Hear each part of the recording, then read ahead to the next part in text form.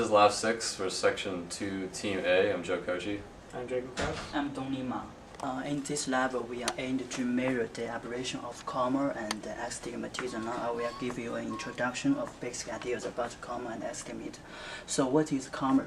Comma occurs when the magnification of our optical system varies with the pupil position.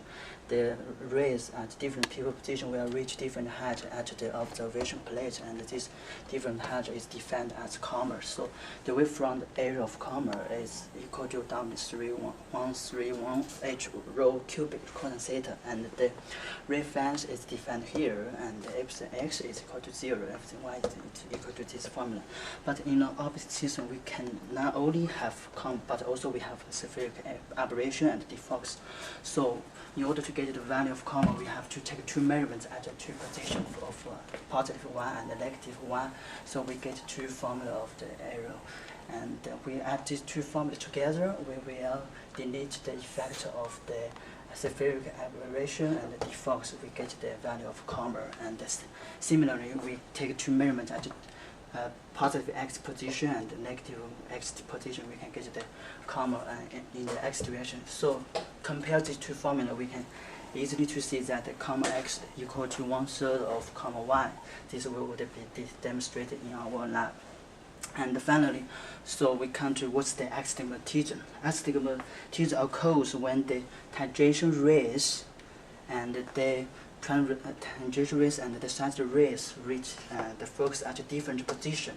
So we define this position difference as the astigmatism, and the value of this astigmatism is equal to this h times f number squared w to h squared. It's also h dependent, and we just measure this difference, we will get the value of astigmatism. So here's the setup that we have for our measurement of off-axis aberrations. So we start with the laser aligned with this rail, and we have it move through the spatial filter and objective lens, which makes for a Keplerian beam expander. We collimate that with this collimation lens so that we have an expanded beam which is free of high frequency content. And then we have that beam incident on this mirror, and the mirror reflects light at about 45 degrees. And then that continues down to this lens with the Hartmann mask. So the mask allows us to choose different positions on the lens for us to pass the light through. And we have 5 holes in this particular mask, so we have 5 points of light corresponding to plus and minus 1 for y and x, as well as right 0 at the center. Pause. So we are able to adjust the field height of the incoming light by rotating the mirror.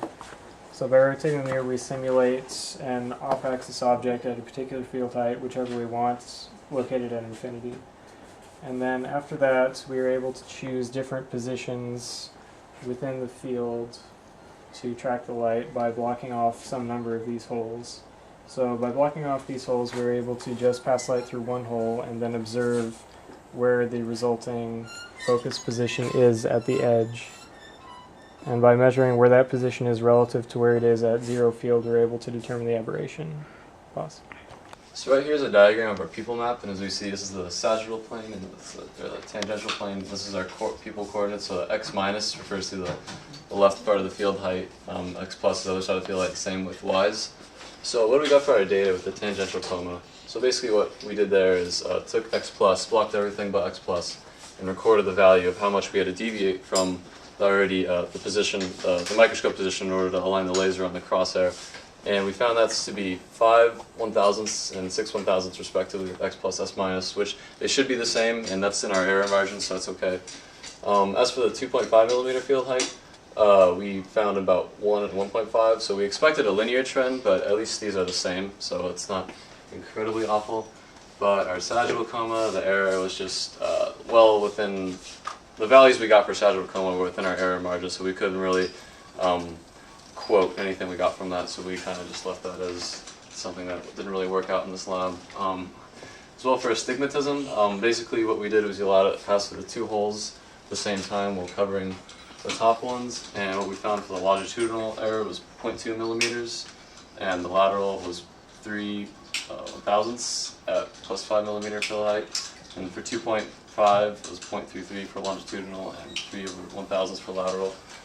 Something that also kind of made sense as we got roughly 1/1000th was that this was almost 3 times, or this was almost 3 times as that.